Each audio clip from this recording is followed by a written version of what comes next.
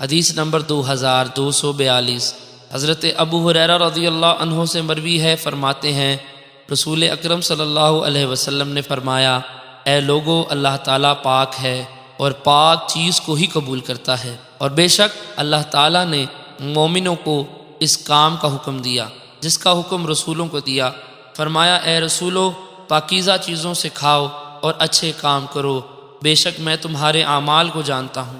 اور فرمایا، اے ایمان والو، پاکیزہ چیزوں سے کھاؤ جو ہم نے تمہیں عطا کی ہیں۔ پھر آپ نے ایک شخص کا ذکر کیا جو لمبا سفر کرتا ہے اور سفر کرتا ہے، اس کے بال بکھرے ہوئے ہیں اور چہرہ گرد آلود ہے، وہ اپنے ہاتھوں کو آسمان کی طرف اٹھاتا ہے اور کہتا ہے، اے میرے رب، حالانکہ اس کا کھانا حرام، اس کا پینا حرام اور اس کا لباس حرام ہوتا ہے، اور اسے حرام سے غذا حاصل ہوئی، پس اس کی یہ دعا کیسے قبول ہو؟